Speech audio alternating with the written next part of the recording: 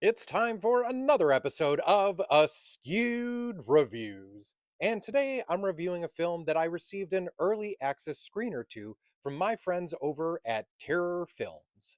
The movie that I'm referring to is the 2026 film Ted Bunny, directed and co-written by Michael Fredianelli. So this is an all-new slasher film that will be available to stream within the next couple of weeks. Let me tell you the concept to see if this is something that you want to check out once it's available. Now, this film primarily involves a documentary film crew that is head up by our main character of Sasha.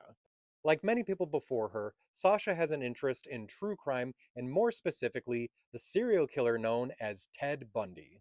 So she manages to get a hold of some information that there is actually a survivor out there who was going to be a victim of Bundy but managed to escape. So she and her crew go to interview this woman who's named Catherine. Now, what Sasha and the crew are able to find out about Catherine pretty early on is that it appears that she lives alone, she does raise a lot of bunny rabbits, and she has been through quite an ordeal, but is finally willing to talk about it. From the beginning of the interview, the rest of the film crew really seems to be waving this off and not believing the story whatsoever. Sasha, however, though, is more than willing to hear this story and find out what actually happened. Catherine begins recounting the events of when she met Ted Bundy. Now, at this point in time, no one had really found out who the person was that was doing these heinous acts, and the name Ted Bundy was not known whatsoever. In fact, he really just seemed like a normal guy at first, and was being a bit flirtatious with her. Catherine ended up falling for this and even went out on a date with him. He then ended up taking her to a very secluded spot and forced himself upon her. Luckily, she finally managed to gather the strength, free herself, and head off into the dark without him being able to follow her. It is then revealed that she came out of this situation with a little something extra, as she wound up being pregnant. In a sequence that is definitely going to be triggering for some people, she admits that she took care of the child by herself without the assistance of a doctor. With this being a very emotional moment, the crew then takes a break. During that break, two members of that crew make a very just bad and poor decision as they decide to break into Catherine's basement and see what's down there.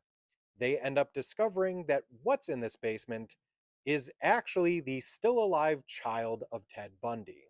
This man, who is hidden away for quite some time and is definitely not all there, manages to escape after, of course, leaving a few bodies in his wake, while wearing a mask of a rabbit due to the fact that he was raised around them.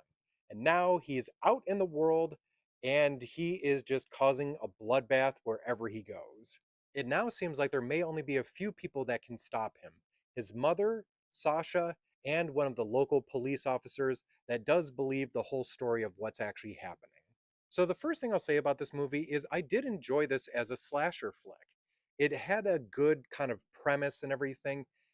My biggest problem is, as most of you probably can figure out, the fact that he wears a bunny mask. Like, mind you, this is kind of a creepy look,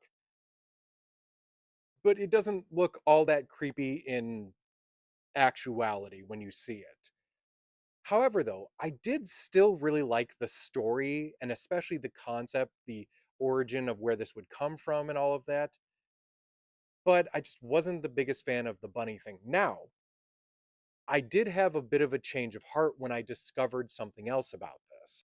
The producer for this film, Jeff Miller, is wanting to do his own shared universe, kind of like the Pooniverse, which, if you don't know what that is, that's where you have the Winnie the Pooh, Blood and Honey movies, and the Bambi one that came out recently, and the Peter Pan one. And was there another one already? I know there's a Pinocchio one coming, and then eventually Pooniverse Assembled, where they bring them all together. But anyway, so Jeff Miller wants to kind of do his own thing here, where it's all taking a serial killer's name and altering it just a little bit. So aside from Ted Bunny, another movie that has at least been revealed for the title is Jeffrey Dahmer, like Dollmer.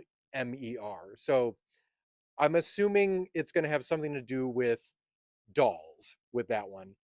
And because of that fact, I'm a little bit more interested to see what happens here because I am one of those weirdos who likes the idea of the Pooniverse and all that stuff that's connected. At the moment, my understanding is that it'll be called the Twisted Serial Killer Universe. Now, that could change with this being the only one out so far, but I honestly can't wait to see what else ends up showing up in this series. Another thing I have to mention with this movie is, as you probably saw on the poster, Dee Wallace is one of the characters. She plays Catherine. And even though the movie does have a bit of a B movie feel, it really is pretty good as a slasher movie, and Dee Wallace's performance is actually really, really good. Like, she does such a good job on the emotions and just playing this character that I honestly was astounded as to how good her performance was in this. So, at least for me on my scale, I'm going to give this film a 3 out of 5. I do recommend checking it out, and it will be available to stream as of February 13th. And you'll be able to find it on Chilling, Scare Network TV, Kings of Horror, Watch Movies Now, Shocks and Docs, and of course the Terror Films YouTube channel. Once you do have an opportunity to watch Ted Bunny, I'd love to hear your opinions in the comments. I hope you enjoyed this episode of Askewed Reviews. One more big shout out to my friends over at Terror Films. Thank you so much for the opportunity to watch this early and do a review for you. And one more quick question for everyone out there. Are you a fan of strange, kind of universal shared movies like the Pooniverse or what this may end up being? Let me know in the comments.